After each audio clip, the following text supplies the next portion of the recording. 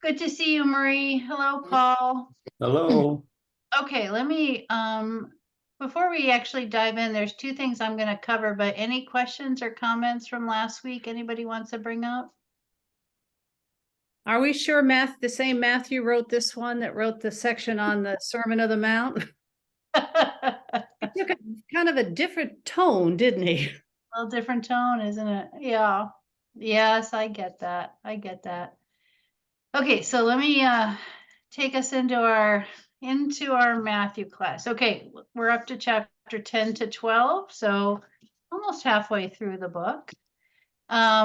Okay, two things I want to talk about. Paul, this was your question. You brought up this statement, the Lord helps those who help themselves. And your question was, is that in the Bible? It is actually topped the most all surveys as the most widely known Bible verse. It's not the Bible. It's first written in 1698 by Algernon Sidney in a book. So, yep. Okay, thank you. You're welcome. Good research. The other thing I wanted to talk about is I kind of dropped a little piece last week about the prosperity gospel. And as you all are becoming so critical in your biblical knowledge, I just want to talk a little bit more about this. So, prosperity gospel, and you can just put a face in front of you. Joel Osteen. So that is a great example. And I'm going to show you actually a quote from him on prosperity gospel. It's the belief, and it's almost universally, it's Protestants. It's in the Protestant. You don't see this in Catholicism, that financial blessing and physical well-being are the will of God, and faith, positive speech, and crazy enough, donations, right, will increase one's material wealth. So that's basically the definition of prosperity theology. And prosperity theology views the Bible as this contract between God and humans. If humans have faith in God, God will deliver security and prosperity. And again, how do you demonstrate faith? Through your speech and your donations. A lot of emphasis on personal empowering, proposing it's God's will for people to be blessed. So this is not an uncommon understanding of some of the biblical passages that we are encountering, but really, really lacking in context of understanding. So I thought this was helpful. How do you identify prosperity gospel preachers? Because they are out there, a lot of them. Almost universally, they're going to tell you that the Bible contains secrets to wealth. So that'll be the basis of their theology. Another one, donation button is bigger than their logo. That's terrible. Everything is about sowing seeds. And again, that goes back to your actions, and your actions are either how you speak about the gospel or what you donate, right? A lot of this is tied to purchases of different paraphernalia. So like buying in, a lot of times people equate prosperity gospel with pyramid schemes actually. And a lot of times with prosperity gospels, you'll hear preachers talking about money and happiness much more than the gospel. So I'm going to just stop here for a second. And I want to bring this up. And, oh, you know what? I have to stop sharing for just a second. I'll let you look at Joel Osteen there. Okay. Try this, share the sound. Let's see if I can do this. Encourage people to get up each day and to know that God's in control, to be your best. And I believe when you do your part, God will do his part. But how do you think we got to this place? Okay, so that piece right there, when you do your part, God will do their part. So it's a transactional type of theology. Now, I have preached often about one of my favorite biblical quotes is in Jeremiah about God having good plans for us and caring about our well-being. That's a different thing about kind of the arc of the universe supporting towards flourishing and love and support versus kind of interpreting those gospel passages as a promise to me, Marci, that if I do X and Y in return, I will have the things that I want in life. So I dropped that term last week, prosperity gospel. I just want to put it out there. Any questions on any of that? Okay. Stella, stop. Jeez. Stella's in a rare mood today. Okay, let's go back. Okay, so let's talk about what we did last week. Okay, so so far we've seen Jesus's ministry begin. We've seen baptism, healings. We've been through the Sermon on the Mount, that big chunk of teaching. He's been healing. Last week he calmed the storm. Last week we talked about those true and false disciples and prophets. And remember, we put that in the context of everything that was happening in first century Judea, right? And we're going to encounter some more of that today. So, and then Jesus called Matthew the tax collector, not Matthew, the author of the Gospel of Matthew, though that's what the tradition will tell you. And then we ended with that healing of the dead girl and the sick woman. Okay, here's what happens next. Jesus is going to delegate. He's going to hand off some functions. He's going to send out the 12. We're going to talk about the significance of the 12. And then John, who's been arrested, is going to get curious about Jesus. Jesus is going to curse some towns. He's going to heal somebody on the Sabbath, and the plot to kill him is going to begin. And we're going to end with his family coming for a visit. Okay? Okay, let's start. Let's dive right in with Matthew 10, sending out the 12. So will someone read this one? I will. Thanks, Chris. Jesus called his 12 disciples to him and gave them authority to drive out impure spirits and to heal every disease and sickness. These are the names of the 12 apostles. First, Simon, who is called Peter, and his brother Andrew, and then James, the son of Zebedee, and his brother John, Philip and Bartholomew, Thomas and Matthew, the tax collector, James, son of Alphaeus and Thaddeus, Simon the Zealot, and Judas Iscariot, who betrayed him.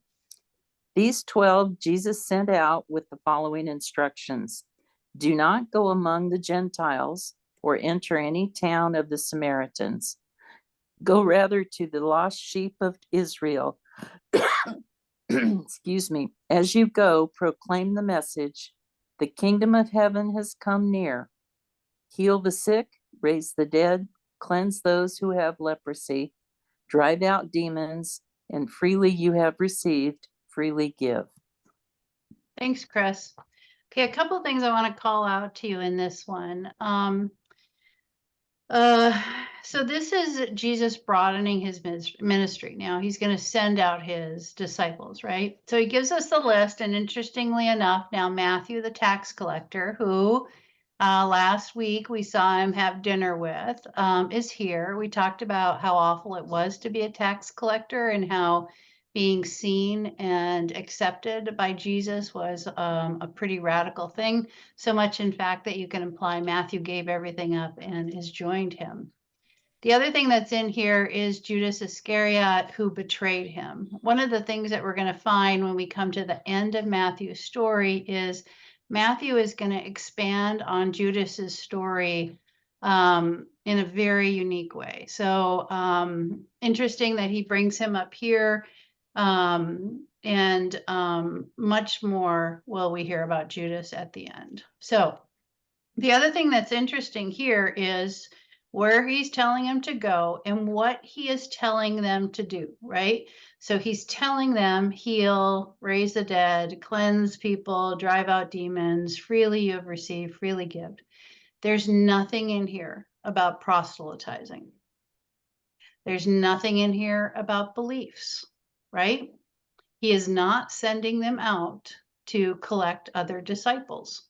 He is not sending them out to increase his numbers. So I think I want to make sure people see this because as Matthew's story unfolds, Matthew is a primary source for a lot of religious emphasis on proselytizing, and making disciples of others, right? But I want to be really clear. What is Jesus telling them to do, right? There's nothing here about beliefs, about adding in followers. Go out and be of service, right? Okay. Okay, so he's sending out the 12. Now, up until this point in time, the disciples have been along for the ride. They haven't been active in Jesus's ministry. They've been participants in his ministries. Now he's throwing them out of the nest. He says, go out, do it for yourself. Remember, Matthew's audience is Jews. So that number 12 is would have been very meaningful to those early Jews, again, which was all of early Christianity. Number 12, not an accident. It echoes those 12 tribes of Israel that we encountered in Genesis and Exodus. Okay, so Jesus is preaching exclusively to Jews at this point. Remember, he's in Capernaum. And he's saying, you take my message out, you go out and serve and heal, but you do it to the Israelites. So at the end, again, in Matthew, he's going to broaden that. But in Matthew, as Matthew's telling the story of Jesus' ministry, it is not broadened yet, right? Right now, it's all focused on telling Israel about Jesus's message and doing these acts of care and service, right? Okay, let's talk about what they can expect once they're on the road. So will someone continue reading this one? Go ahead. will. Thank you, Paul. I am sending you out like sheep into the midst of wolves. So be wise as serpents and innocent as doves. Beware of them, for they will hand you over to counselors and flog you in their synagogues, and you will be dragged before governors and kings because of me, as a testimony to them and the Gentiles. When they hand you over, do not worry about what you are to speak or what you are to say, for what you are to say will be given you at that time. For it is not you who speak, but the Spirit of your Father speaking through you. Siblings will betray siblings to death, and a father his child, and children will rise against parents and have them put to death. And you will be hated by all because of my name. Okay, you all probably can read this and say, okay, best guess, is this Jesus or is this post-Easter Matthew speaking about what's going on in his community, right? It's probably this one over here, right? But in this, Jesus, we do pick up that Jesus's ministry is running into opposition. And that's a universal theme that's happening right around this point in his story in all the Gospels. That as his crowds are getting bigger, as his name is getting out there, opposition is rising, right? In Matthew, we're going to encounter the Pharisees, not the Jewish people, the Jewish leaders who think that Jesus is in league with the devil. So he's warning them, Jesus/Matthew is warning people that they're going to face opposition. So, and remember, in Matthew's time, this was an incredibly divisive message, right? They were a tiny sect of Jesus following Jews within the Jewish community that was universally rejecting them, right? So, and within that community, if you think back to that early Christianity course I taught, you know, the converts into early Christianity may have been one at a time. So a whole family didn't go at one point in time. So it was not uncommon that you would have one member of the family in this new religion and the rest of them thinking, you know, basically they have to do an intervention to get them out. So again, this is most likely written for that time and that place for Matthew's community of what they were facing. Okay. Okay, let's talk about what Jesus was here to bring. Chapter 10. Will someone read that one? I will. Thanks, Diane. Do not suppose that I have come to bring peace to the earth. I did not come to bring peace, but a sword. For I have come to turn a man against his father, a daughter against her mother, a daughter-in-law against her mother-in-law. A man's enemies will be the members of his own household. Anyone who loves their father or mother more than me is not worthy of me. Anyone who loves their son or daughter more than me is not worthy of me. Whoever does not take up their cross and follow me is not worthy of me. Whoever finds their life will lose it, and whoever loses their life for my sake will find it. We're seeing those echoes of that divisiveness, right? Okay, anybody recognize that last paragraph from anything else you studied? It screams someone. Paul. Yeah, that's like Paul theology right there. So remember, Paul started the church in Antioch, which is probably where Matthew was written. Paul's letters were widely circulated in these communities. Paul was a Jew.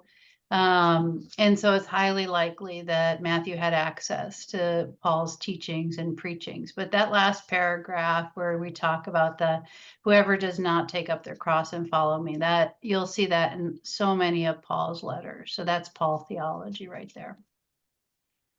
Okay, so Jesus is talking about priorities here. What matters is following God. That has to come first. But again, we're encountering this divisiveness in the families.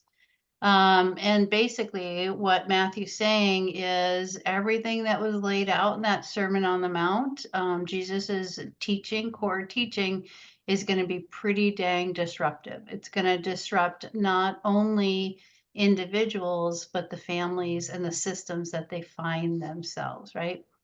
And that is Micah he's referencing back there. So he's moving on to different prophets here, a little step away from Isaiah. He's quoting Micah there. Okay, go ahead, Paul. So I have a question. Are you saying that that's where Paul got his theology? Or is that is from Paul's theology? That is from Paul predates Matthew by almost 30 to 40 years. Hi, Carol. Oh, hi. Welcome. Forgot to turn it on. That's okay. So Paul, started his ministry about 15 years after Jesus died. His letters to the Thessalonians is the earliest thing. It's the earliest one we have. And that was about 15 to 18 years after Jesus died. And he's writing in that letter to the community he set up. So he hit the road pretty soon after Jesus died, probably within a decade or so. And in those 20 years of Paul's ministry, he hit several of the main kind of Jewish centers in the Middle East and around the Mediterranean, one of which is Antioch. We know Paul went to Antioch. He references it in his letters. And the best guess is that's where Matthew is writing, and that's where his community is. So Matthew has probably got Paul's letters or has been exposed to Paul in some way. Okay, so, and Paul probably got it from Jesus? Paul and Jesus never met. They never met. Paul, Paul, where did he get this idea? yeah, so this is pretty controversial. Where did Paul come up with a lot of his theology of the cross? Paul will tell you in his letters it was divine inspired. It came to him through his revelations. But he never ever had contact with Jesus. He does have contact, and he talks about it in his letters, and we hear about it in Acts. He does have contact with the Jewish leaders in Jerusalem, James and Peter. He runs afoul of them. There's conflict. He sends money back. He makes friends. It's a very divisive relationship. But there's nothing that ties Paul directly to Jesus. Okay, thank you. And Pauline theology is the theology upon which evangelical Christianity rests. So when evangelical Christians turn to the New Testament, they turn to Paul. That is the foundation of their theology. So, Bernie, you had a question. It was the same thing Paul asked. Yeah. Okay. Okay. Let me go back to it. Okay. Let's go on from here. Would somebody read this one? We're going to talk about John being in prison. I will. Thanks, Chris. After Jesus had finished instructing his 12 disciples, he went on from there to teach and preach in the towns of Galilee. When John, who was in prison, heard about the deeds of the Messiah, he sent his disciples to ask him, "Are you the one who has come, or should we expect someone else?" Jesus replied, "Go back and report to John what you hear and see. The blind receive sight, the lame walk, those who have leprosy are cleansed, the deaf hear, the dead are raised, and the good news is proclaimed to the poor. Blessed is anyone who does not stumble on account of me." Okay, so we have heard, right, that John got arrested a couple of chapters ago, right? So this is, he's showing up again. And remember, this is Herod who did this. So John's in prison, and as Jesus's ministry is expanding, John hears about Jesus. Now, most biblical scholars do think that Jesus's ministry, his kind of early years, that he was a disciple of John, and that it was John's arrest that sparked his ministry. That's when he headed out. And John's hearing some things that make him go, "Hey, are you teaching my stuff?" And so he sends some people to check on him. And Jesus says, basically, look, here's what I'm doing.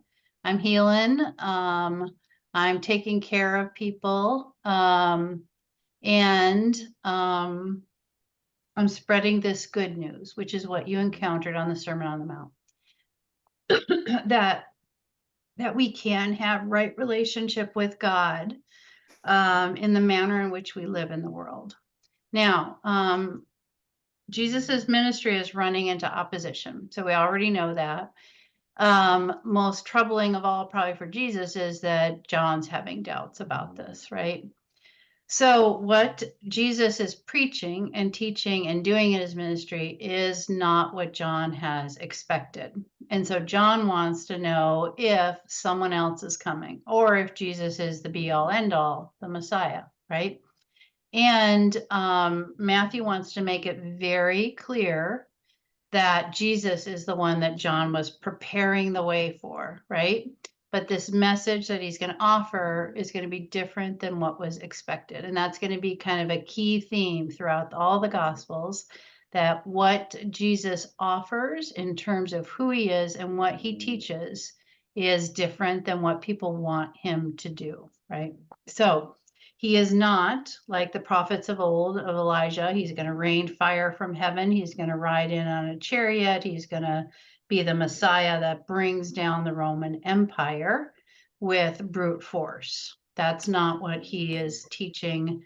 That's not the basis of his healings. That's not what his ministry is about. Okay. Okay, let's talk about Jesus cursing some towns, chapter 11. Will someone read that one? I will. Thank you. And Jesus began to denounce the towns in which most of his miracles had been performed, because they did not repent. Woe to you, Chorazini! Woe to you, Bethsaida! For if the miracles that were performed in you had been performed in Tyre and Sidon, they would have repented long ago in sackcloth and ashes. But I tell you, it will be more bearable for Tyre and Sidon on the day of judgment than for you. And you, Capernaum, will you be lifted to the heavens? No, you will go down to Hades. For if the miracles that were performed in you had been performed in Sodom, it would have remained to this day. But I tell you that it will be more bearable for Sodom on the day of judgment than for you. Not so caring and compassionate, right? So this is a really important one, I think, to tear apart and to really spend time with, because I will say it again, context shapes content. Context shapes content. That's so critical with what we're doing here, right? So you got to wonder, what's Jesus got against these three towns? One of which is Capernaum, which is where it's the center of his ministry. That's where almost everything springs from, right? Okay, so all three are cities on the north of the Sea of Galilee. All three are in Galilee, and all three are damned. So, and apparently, all three rejected Jesus, and that is a worse sin than the sin of Sodom, right? That meaning to reject Jesus is worse than to oppress the poor or to rape, if you remember back to the story of Sodom and Gomorrah, for those of you that did Exodus with me, or did Genesis with me. Okay. What is really happening? Context shapes content. Best guess is that these are not historical, but post-Easter. And it's due to the fact that the Jesus movement, after Jesus dies, does not gain traction in the Galilee. And instead, the Galilee becomes a center of the rabbinic movement of Jesus. So if you think back to, the Capernaum and the synagogue in Capernaum, which is still there, right? That is going to become the centerpiece of rabbinic Judaism. They are not going to welcome this small Jesus-loving Jewish cult. They are going to reject the post-Easter Jesus and those understandings. So this is Matthew, and it's all the way back to Mark. And it is speaking about what happens after Jesus dies and how the Galilee becomes the center of rabbinic Judaism and not followers of Jesus. Okay, so context shapes content, right? So if you take out context shapes context, it gives you this image of Jesus as a fire and brimstone kind of punitive, sending them to hell minister, right? So it kind of makes sense where fire and brimstones ministers and preaching can come from. Again, which is why it's so critical to have context when you dive into the Bible. Okay, that being said, I want to just do a brief refresher on pre and post Easter Jesus, because I use those terms a lot. Pre-Easter Jesus before he died. We know he was a Galilean Jew, born around the year 4 BCE. We know he was executed around the year 30. We know that this pre-Easter Jesus does not exist anymore, right? So a lot Does of not what? Hmm? Did you say does not exist anymore? that person existed for some 30 years in time, the pre-Easter Jesus. Oh, A thank you. historical figure. We've got good historical evidence that this individual did exist at this point in time. He had followers. We know that, when he was roughly executed by Roman authorities. So non-biblical historical scholars can validate those kind of big points. Okay, the post-Easter Jesus that's what Jesus becomes after his death. And that's the Jesus of the Christian experience and the tradition. The post-Easter Jesus is the one that's in the Gospels. Remember, Matthew never met Jesus. Matthew was not a disciple of Jesus. Matthew is doing the post-Easter Jesus because Jesus becomes something more after his death. And that's what exists in the Gospels. That's what exists in the creeds, the post-Easter Jesus. Okay. Any questions on that one? I've taught a whole class on that one, but that's a really important one to make sure people know which Jesus we're encountering. We're not encountering the historical Jesus in the Gospels. We're encountering the post-Easter Jesus. Okay. Matthew 11, come to me, all of you who are weary and burdened, and I will give you rest. Take my yoke upon you and learn from me, for I am gentle and humble in heart, and you will find rest for your souls. For my yoke is easy and my burden is light. This is one of my favorites. I love this one so much. I love this so much. Okay, chapter 12.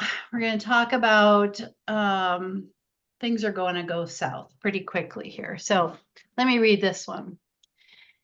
At the time Jesus went through the grain fields on the Sabbath, his disciples were hungry and began to pick some heads of grain and eat them. When the Pharisees saw this, they said to him, "Look, your disciples are doing what is unlawful on the Sabbath." He answered, "Haven't you read what David did when he and his companions were hungry?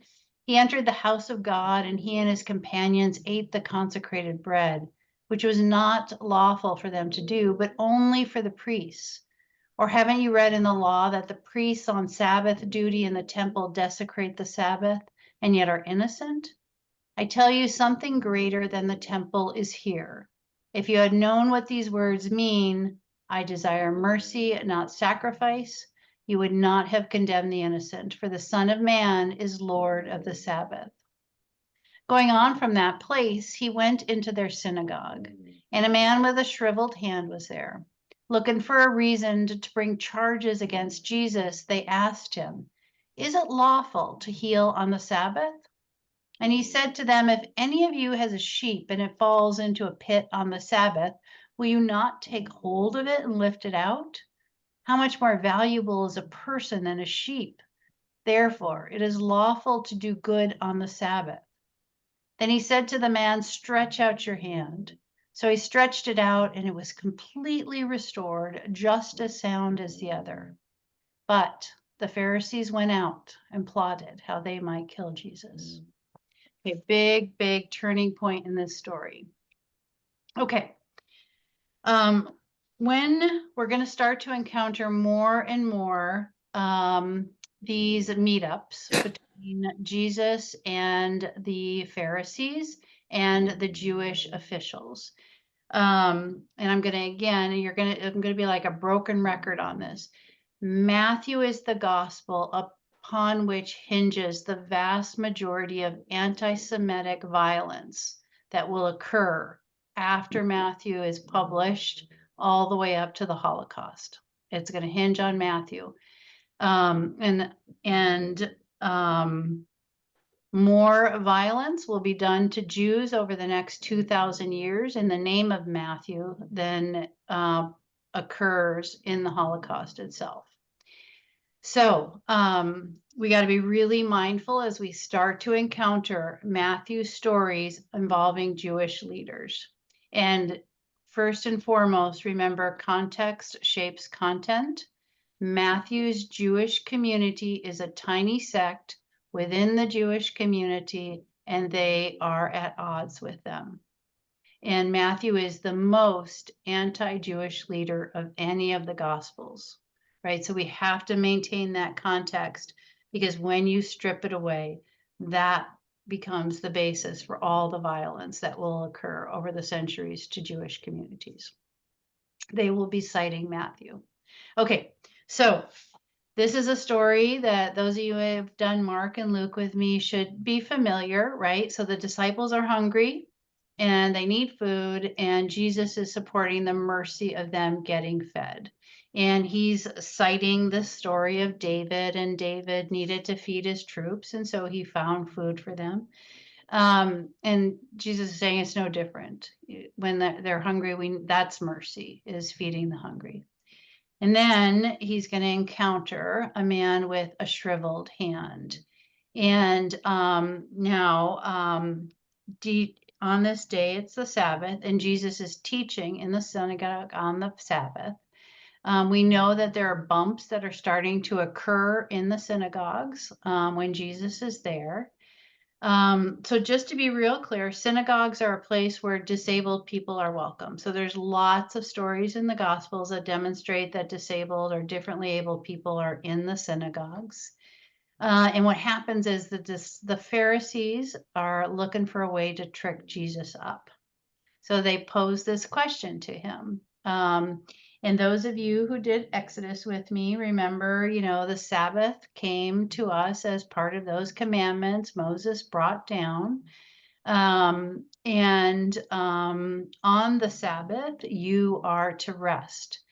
That includes not healing anything that isn't life-threatening.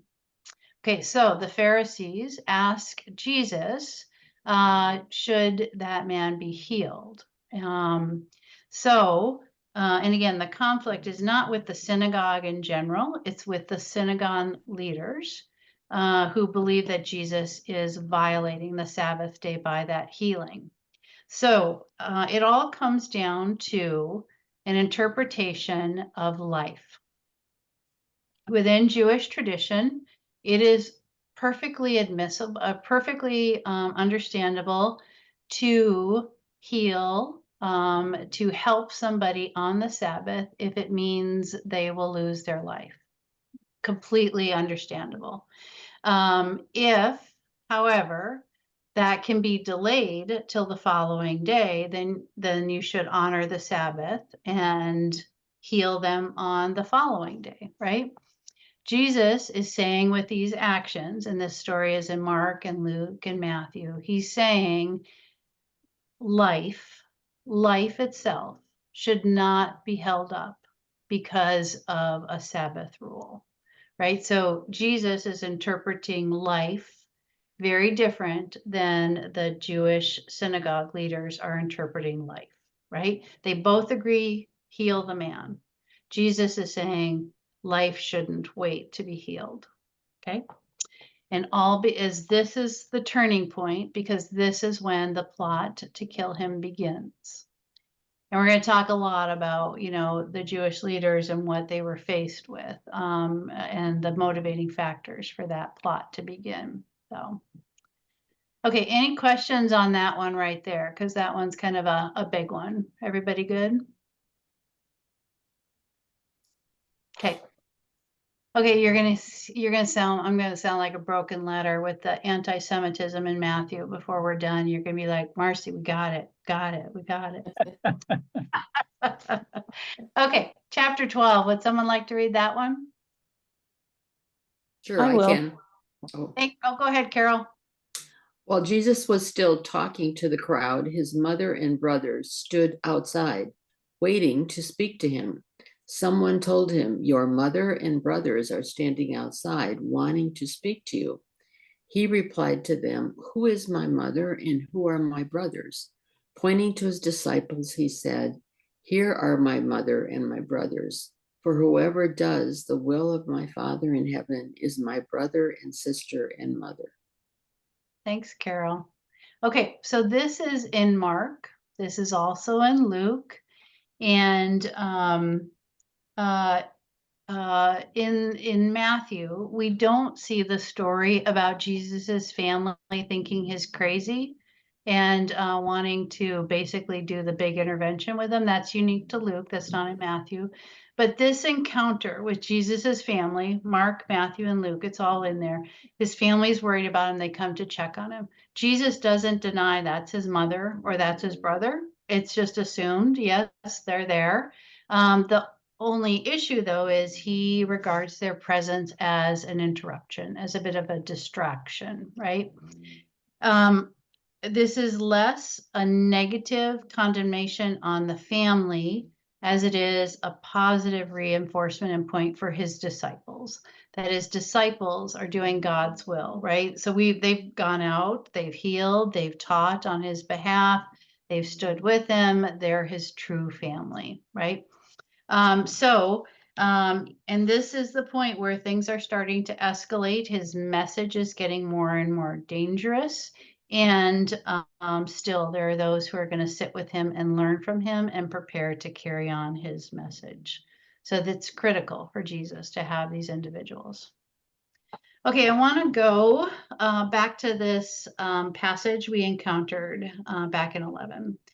"Come to me, all of you who are weary and burdened, and I will give you rest. Take my yoke upon you and learn from me, for I am gentle and humble in heart, and you will find rest for your soul. For my yoke is easy and my burden is light." Okay, so the question for reflection for the small group is, how does following the way of Christ, and again, we've talked a lot about the way and what that looks like, how does that bring rest and lightening of burdens? Let me go ahead and stop our show for a second. I'm going to send you into groups for that one. Let me get,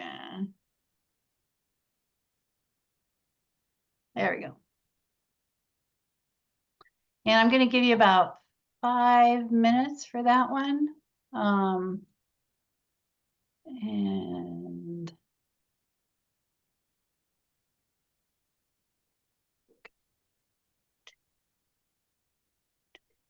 there we go.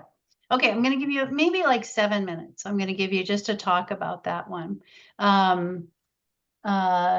How does that message of following Jesus on the way bring rest and comfort? Okay, about 7 minutes to hang out and talk about that one. Enjoy.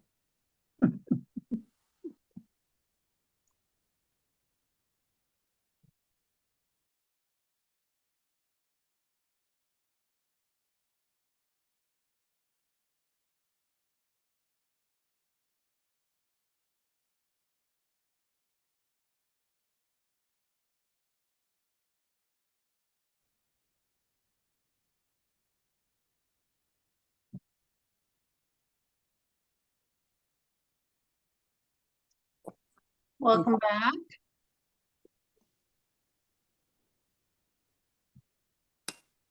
Okay, thoughts, reactions, insights. Well, I think one of the things that's so hard when you're reading these scriptures is separating what Jesus said from what the person that's writing the book, is trying to say.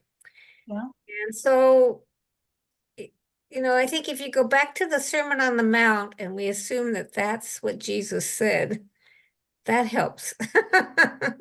Then we know that, and it has to do about how we live, and if we live this way, we're going to be happier. Yeah. Other thoughts? Well, this passage, I can hear Jesus saying this kind of, that this would be, it's so beautiful. And of course, you know me, Marci, I talked about the way and the idea of, for me, this speaks to me because for me, Jesus is saying, I know you're going to get off the path of the way. It's going to happen. You're going to make mistakes and you're going to do this and that, but it doesn't matter because just get back on the path with me and continue. Yeah. Yeah, I think you have an answer here, don't you? You have a directions. Right. Yeah. This is what to do. That's always makes people feel good. Mm-hmm. Other thoughts?